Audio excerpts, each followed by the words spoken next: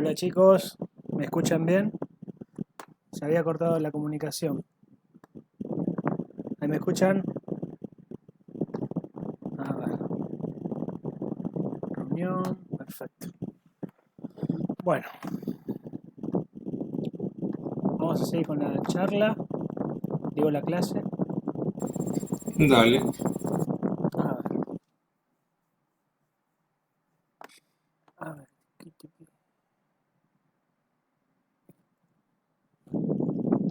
ahí está. Bien, bueno, estábamos hablando de que vamos a ahora ver los tipos de desarrollos de metodologías de ciclo de vida de software, ¿sí? A ver, perfecto. La primera, todos pudieron descargar el archivo, ¿no?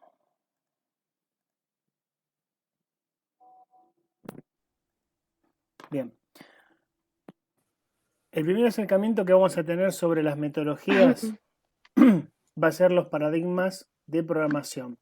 Programación estructurada por un lado y la programación orientada a objetos, que era lo que estábamos hablando hace un ratito. Las metodologías de estructuradas era lo que veníamos hablando como la división de procesos según la complejidad. De lo que serían sistemas complejos los dividimos en procesos más simples. Y la programación orientada a objetos era esta cuestión que estábamos hablando de la división de los procesos según las funciones que va a cumplir el objeto, que era lo que yo les estaba explicando. ¿Sí? Eso por un lado, que tiene que ver con los paradigmas de la programación.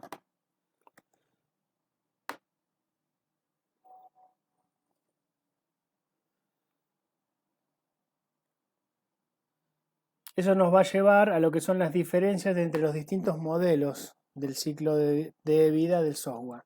Donde tenemos, según el alcance del ciclo de vida, ¿sí? Va a ser viable de desarrollo, va a haber actualizaciones, va a tener que hacerse mantenimiento. Ese sería el alcance del ciclo de vida. Según la cualidad y cantidad de las etapas, es decir, cuántas etapas va a tener el proyecto, ¿sí? Otra forma va a ser según la estructura y la sucesión de etapas que va a tener, donde en las cuales cada etapa se va a retroalimentar unas con otras. Si en una etapa inicial de desarrollo va a alimentar una etapa de proceso de medio, del proceso medio, ¿sí? Y qué libertad vamos a tener para poder repetir una etapa o no, ¿sí? Estos son criterios de cómo se fue armando las diferentes metodologías, ¿sí? Esto tiene que ver con la forma de organizarlas.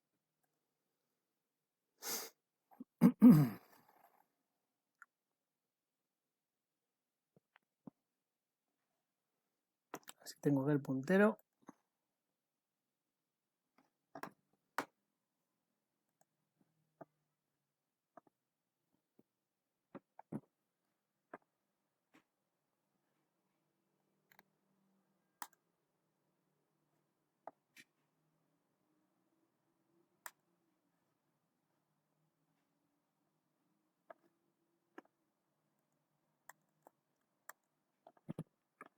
A ver.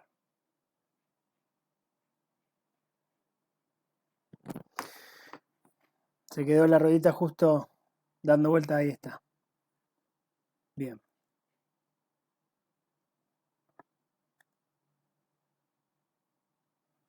Bueno, habíamos dicho alcance del ciclo de vida, cualidad y cantidad de etapas, la estructura y sucesión de las etapas. El cuarto sería el riesgo, ¿sí? ¿Qué probabilidad tenemos de volver a retomar una etapa de las anteriores perdiendo tiempo, dinero, esfuerzo? ¿Sí? Todas estas cosas se las plantea el programador al momento de hacer el desarrollo.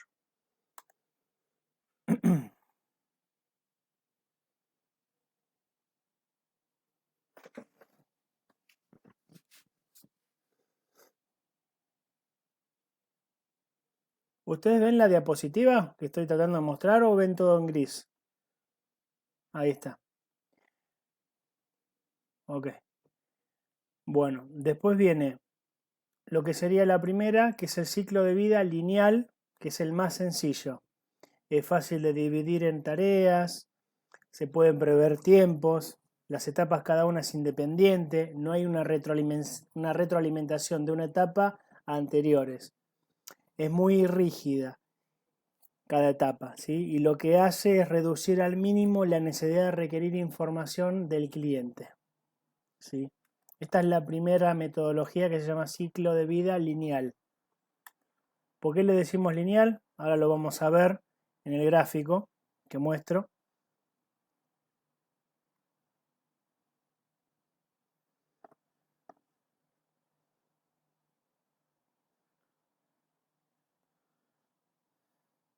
Fíjense que tenemos una etapa de análisis, una etapa de diseño, termina el diseño, una etapa de implementación, termina, una etapa de debugging, que es el control de los errores, termina, una etapa de instalación y una etapa de aceptación. Es así, no es que se mueven, es una estructura totalmente rígida y es así, se empieza un proceso y se termina, ¿sí? Lo cual lo lleva a que es un ciclo sencillo, no es complicado de manejarlo, ¿sí? Generalmente para lo que son aplicaciones pequeñas usamos el ciclo lineal, como yo acá pongo. La sencillez del ciclo de vida lineal es la razón por la cual es el más elegido en el desarrollo de programas pequeños.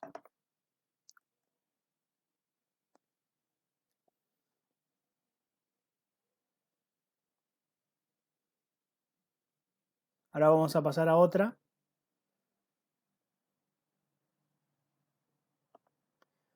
Este ciclo se llama ciclo de vida cascada, puro. Lo desarrolló Winston Roche en el año 70, ¿sí? Es un modelo secuencial, nos permite hacer varias revisiones, es un modelo rígido, poco flexible y tiene mayores restricciones y es un modelo puramente teórico. A veces es complicado de llevar a la práctica, ¿sí? Voy a acercarlo un poco para que se vea mejor en las pantallas de sus celulares y en computadoras. Tenemos, fíjense que hay una retroalimentación.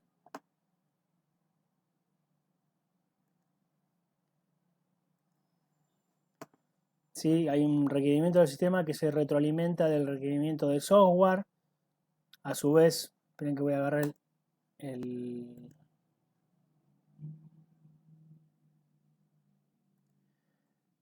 este requerimiento de sistema se va a retroalimentar del requerimiento de software y viceversa, el requerimiento de software se va a retroalimentar del diseño preliminar del software y así sucesivamente.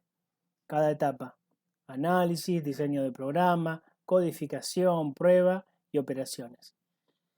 Pero en la etapa de diseño preliminar del software se va a establecer todo un prototipo donde se establece el alcance del prototipo, el análisis de ese prototipo, el diseño de ese prototipo. Si se hace todo este cuestionamiento: diseño de prototipo, codificación de prototipo, prueba del prototipo, uso del prototipo, ¿sí? Fíjense que es muy teórico y es muy complicado de llevar a la realidad, ¿sí? A veces los desarrolladores no lo utilizan, ¿sí? Acuérdense que estos modelos de ciclo de vida se toman según lo que yo tenga que crear o desarrollar. No es que tomo cualquiera a la ligera, sino que según lo que yo tengo que hacer, si es un software simple o complejo, voy a tomar una metodología u otra, ¿sí? Por eso acá coloco que existe la necesidad de conocer, en este caso, los requerimientos desde el principio del proyecto y es primordial, es decir, fundamental, en este modelo de ciclo de vida, permitir las iteraciones, que son estos movimientos que hacen entre una etapa y la otra. Si se fijan las flechas, a esto se denominan iteraciones.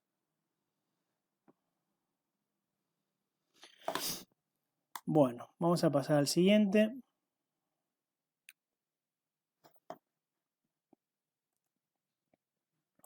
Acá tenemos el ciclo de vida en B, donde fue creado por Alan Davis. Va a contener las mismas etapas, pero va a agregar la validación y la verificación. ¿Por qué decimos que es en B? Porque tenemos por un lado lo que es el nivel de abstracción, comparándolo a través del tiempo que me va a llevar, ¿sí? donde empezamos con un análisis, el diseño, de ese diseño se parte de la verificación e implementación, y viceversa, a su vez, desde el análisis se establece la validación del mismo, qué mantenimiento va a tener según el debugging, y todo esto teniendo en cuenta el nivel de abstracción que yo hago y el tiempo que me va a llevar, ¿sí? Es un modelo que lo que ofrece es una garantía de corrección al terminar el proceso. Ese es el criterio que utiliza este modelo. ¿Se entiende hasta acá los modelos o bien?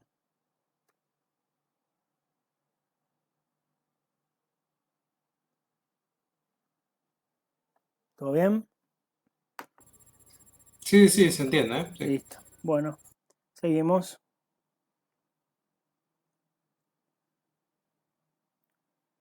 Después tenemos el de vida sashimi, ¿sí? Donde las etapas están solapadas, porque se va a ver una retroalimentación una de otra, que es el concepto, análisis, diseño de arquitectura, diseño detallado, implementación y debugging, ¿sí? No hay mucho más que explicar, sino que es muy, muy gráfico, ¿sí?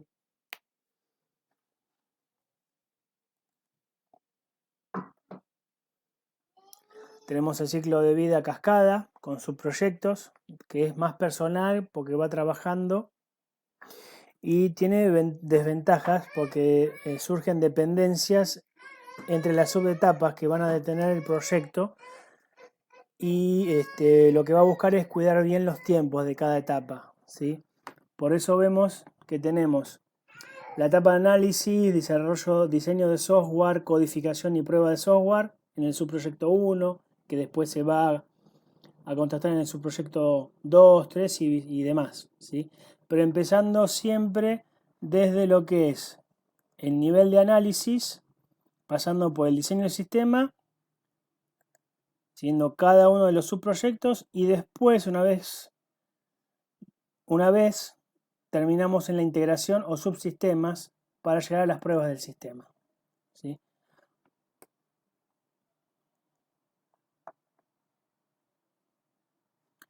Después tenemos los ciclos de vida iterativo, ¿sí? Este ciclo en particular lo que tiene hace una comparación entre el riesgo y las necesidades que tiene el usuario y el producto final que se va a tener, ¿sí? Lo que tiene es que por malos entendidos se compara el nivel de riesgo con las necesidades del usuario y el producto que se va a terminar, y lo que va a servir es para aplicaciones pequeñas y grandes. ¿Por qué sirve para las dos? Porque yo voy sacando, como adelanté en una parte de la clase, los software tienen versiones. Cada versión que voy sacando va a ser mejor que la anterior. ¿Por qué? Porque yo parto siempre de la misma idea. Parto de la idea del análisis, del diseño de ese software, de la codificación y de las pruebas que hago. Pero con cada versión yo voy a mejorar cada una de las etapas. Por ende, las versiones más nuevas van a ser mejores que las versiones anteriores, ¿sí? Esto se usa mucho.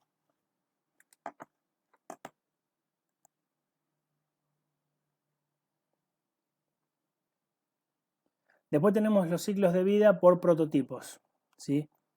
No se conocen requerimientos del usuario, hay especificaciones iniciales, es usado para aplicaciones innovadoras, por ejemplo en Java, en .NET, para lo que es la implantación de nuevas herramientas, ¿sí?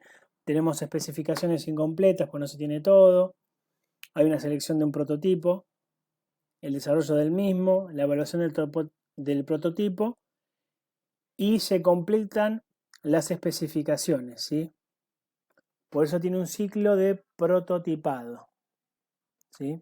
Es un modelo que va a suavizar la transición entre requerimientos iniciales y los requerimientos finales, más acercados a lo que es el producto final, ¿sí? Bien. Después tenemos el ciclo de vida evolutivo, ¿sí? Que es parecido al que vimos hace un rato, el iterativo. Tenemos la realidad donde todos los requerimientos iniciales es difícil Porque ¿qué pasa? Parte de un método de espiral. Si la versión 0 está en el centro y vamos pasando desde los requisitos iniciales, el desarrollo y la evaluación, haciendo versiones cada vez mejores. Por eso se llama ciclo de vida evolutivo. Todos estos son métodos de programadores que cada uno encontró el más ajustado según su necesidad del proyecto que tenía que trabajar, ¿sí? Bueno, acá tenemos el modelo incremental, ¿sí? Que es parecido al iterativo, ¿sí? Se va a construir una funcionalidad del programa cada vez mejor, partiendo siempre de la base de versiones de 0 a versiones 1, 2, 3, 4, 5.0 y demás. Siempre pasando por las mismas etapas: análisis, diseño, codificación y pruebas. ¿Sí? Bien. Después tenemos este ciclo de vida que se llama ciclo de vida espiral, ¿sí? Que está hecho por Boeing en el año 88. Lo que tiene una serie de ciclos repetitivos, ¿sí? Con cada ciclo lo que busca es madurar, que el proyecto sea más sólido y más robusto, ¿sí? Hasta llegar al producto final. Hace mucho hincapié en las etapas de lo que es la planificación, el análisis de riesgo que se va teniendo en cada etapa, la implementación y la evaluación del mismo. Si ustedes se fijan en el espiral, van a ver una serie de conceptos que van describiendo este método, ¿sí? Vamos teniendo análisis de riesgo, prototipos, simulaciones, modelos, ¿sí? Demás, los conceptos de operaciones, validaciones, el plan de cada ciclo, hasta llegar a lo que va a ser el producto definitivo. Y por supuesto el mejor. Acá tenemos el ciclo de vida orientado a objetos, que es el que se usa mucho en la actualidad, que lo que busca es el requerimiento y funcionalidad según este concepto que es los objetos, ¿sí? Donde tenemos atributos, métodos, la idea de obtener un concepto del objeto, ¿sí? Sobre los casos de la vida real. Se usan, por ejemplo, para los que son, acá les puse ejemplos, programas de monitoreo, sistema de transacciones sobre bases de datos, procesamiento de lotes de datos, ¿sí? Por ejemplo, lo usan mucho los bancos. Cuando los bancos necesitan un sistema financiero, se desarrollan en base a este ciclo, ¿sí? Fíjense las etapas que tienen y los procesos, las fases, los periodos. Tenemos las actividades, que es planificación, investigación, especificación, implementación y revisión. Tenemos fases, que son planificación del negocio, construcción, lideración, que tiene que ver con el crecimiento, ¿sí? Periodo de crecimiento, periodo de mejora 1, mejora 2. En el mejora 1 tenemos la planificación del negocio, la construcción, la lideración. En la mejora 2 lo que es la planificación del riesgo, construcción y lo que es la dirección, lideración y demás. Eso tiene que ver con el proceso de madurez del proyecto. Y lo que se busca es un modelo que sea muy versátil, tanto para pequeños como para grandes proyectos, ¿sí? Por ejemplo, tengo una aplicación financiera donde yo cargo información y la cual se almacena automáticamente en una base de datos, ¿sí? Utilizo un lenguaje HTML con un estilo CSS, una lógica de JavaScript, pero el lenguaje del formulario está trabajado con PHP en un formato de Laravel o Symfony. Les cuento así, a grosso modo. Por ejemplo, donde yo cargo información financiera de un cliente, nombre, apellido, CUIL, DNI, actividad financiera, además, ganancias, toda esa información a través de un formulario de PHP se manda directamente a una base de datos que va a procesar esa información y puede ser que me devuelva una interconsulta o no, ¿sí? Ese sería un ejemplo concreto de este tipo de ciclo, donde es un sistema muy rápido, muy fácil de utilizar, se puede utilizar en una tablet, en una computadora, en un celular, ¿sí? Bien. Y después tenemos lo que sería, ya concluyendo, que el modelo que vamos a utilizar va a ser ajustado a lo que tengamos que construir. No es que hay un modelo para todo lo que tengo que hacer. Yo voy a evaluar, según el proyecto que tengo que hacer, qué ciclo de metodología voy a utilizar. La realidad que va a depender de eso. Pero seguramente si tomamos trabajos pequeños, nos iremos por el de ciclo de vida lineal. ¿Sí? Que tenemos etapas rígidas, donde empezamos y terminamos un proceso hasta llegar a la versión. ¿Sí? Lo que hay que tener en cuenta, como yo acá pongo, es elegir el modelo según lo que se necesita, tenemos que utilizarlo según el proyecto que vamos a desarrollar, tenemos que tener en cuenta la complejidad del problema, el tiempo que te entrega final, es decir, hasta cuándo yo me puedo extender, porque el cliente puede ser que te diga lo necesito dentro de estos meses, lo necesito dentro de un año, entonces uno tiene que evaluar. La comunicación va a ser importante, la comunicación entre el departamento de desarrollo y el usuario y los requerimientos dados por el usuario final. ¿Sí? Bien. ¿Alguna duda hasta acá?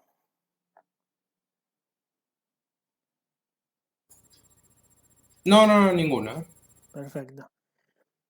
No se mareen con estos modelos porque son modelos teóricos de ingenieros programadores que los han creado para facilitar el trabajo. ¿Sí? Lo que sí yo los traigo para que ustedes puedan ver cómo en la realidad se trabaja y cómo se adopta una metodología ajustada a la necesidad que yo tengo según lo que tengo que trabajar. ¿Sí? No es lo mismo hacer una página web estática que una página web dinámica, que una página web que a su vez tenga procesos de gestión, manipulando información y trabajando con diferentes lenguajes, ¿sí? En la cual la información que se va a procesar puede ser para diferentes sectores e incluso esos sectores ingresen información similar, pero que a su vez tiene que devolver resultados diferentes. Por ejemplo, una concesionaria puede ser que el dueño de la concesionaria quiera saber cuánto es el valor que se vende mensual, ¿sí? Y quiera saber cuáles son los costos que tiene la concesionaria, ¿sí? Pero un administrativo no es necesario que la información de costos la maneje porque es una información que lo maneja el contador. Entonces esa información se obvia, ¿sí? Tiene que ver con esos criterios. Y hay sectores que manejan cierta información y cierta información les es vedada, ¿sí? Bien. Saúl, ¿tenés alguna consulta?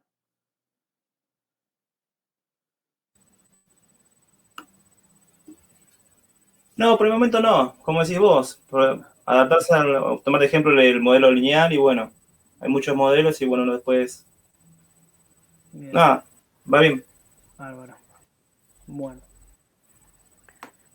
Genial, genial. Bien. Los demás chicos, ¿estamos nosotros tres? Además. Oh, se fueron los demás. Bueno, esto sería. Hola Franco, ¿tenés alguna duda? No, ninguna. Bárbaro. Bien. Las próximas clases van a ver que ya iremos ahondando en cosas más prácticas y no vamos a estar con tanta teoría. Pero lamentablemente tenemos que arrancar con todo esto. Sí, te escucho. Ok. Te escucho, Franco. No dije nada. Ah, ok. Bueno. Bien. Perfecto. Bien. Te quería comentar algo. Sí, Saúl, decime. Los anterior grupo de reparación que hice me han aconsejado una aplicación del grillo para Shopper.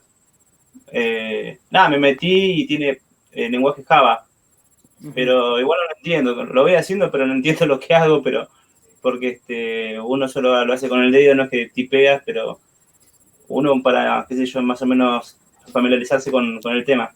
Sí. ¿Vos tenés conocimientos del lenguaje? No, nada, no. Ok. Muy poco. ¿Y qué me decías que estás haciendo una aplicación? No, me aconsejaron, digamos, pues, para ir a poco viendo el tema. Ah, sí. El anterior profesor me aconsejó eso y lo descargué y bueno, Eso lo es un...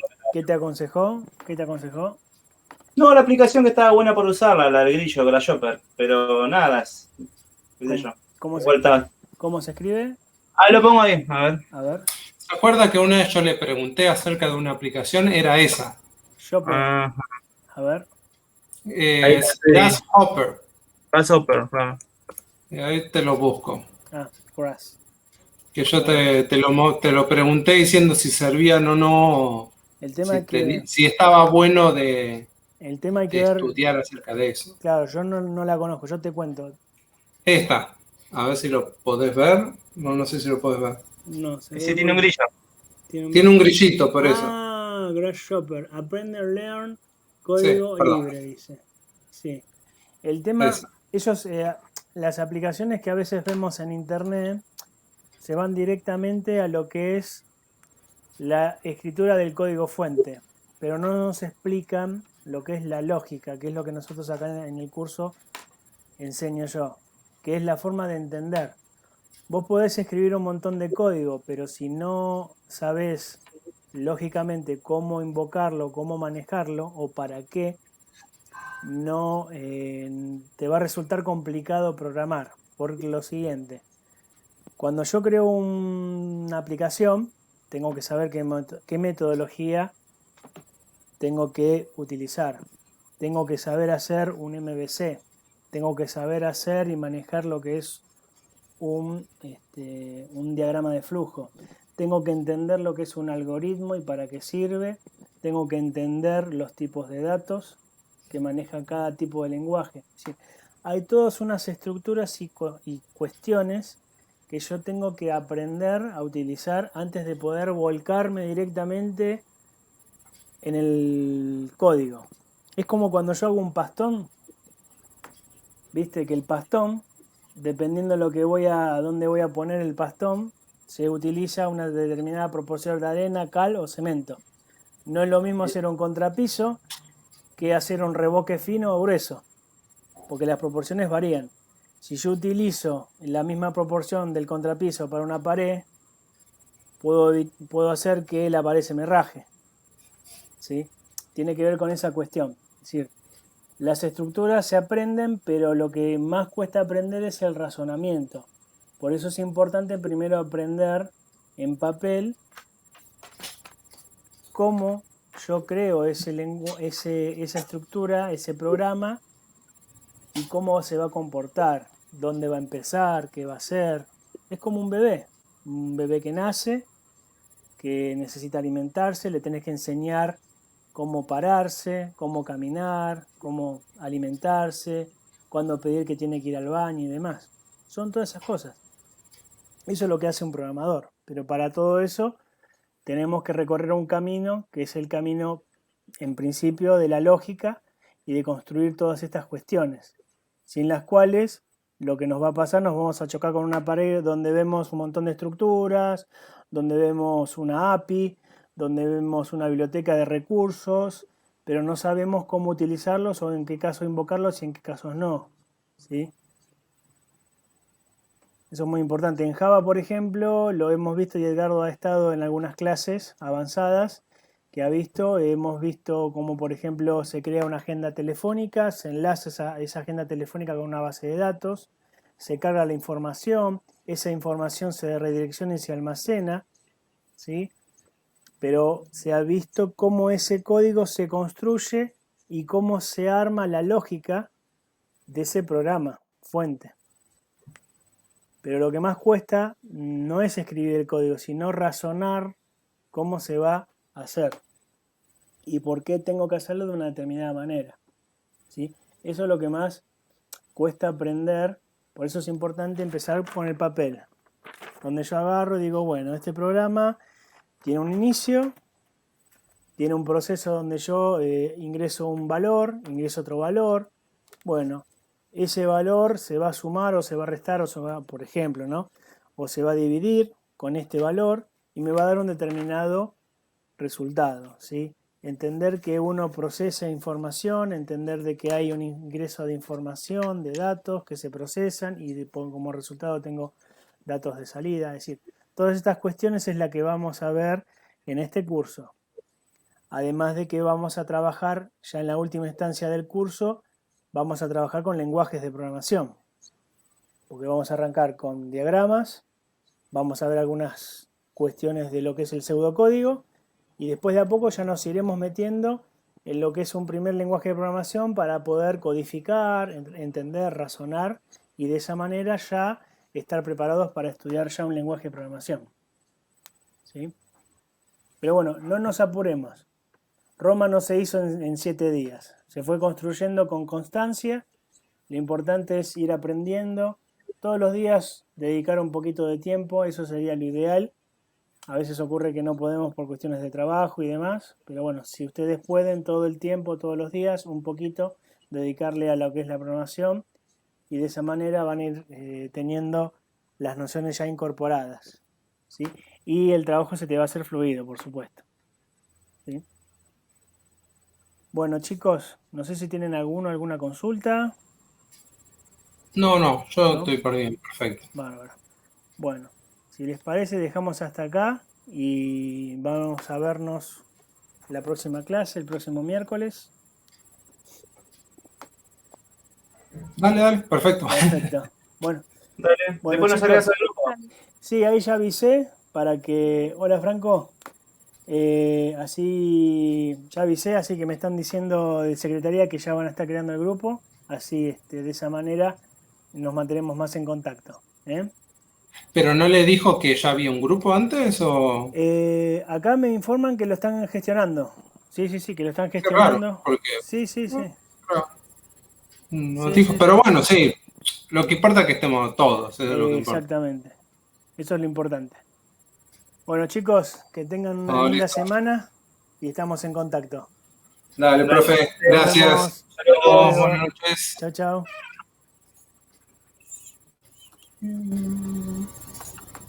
¿No?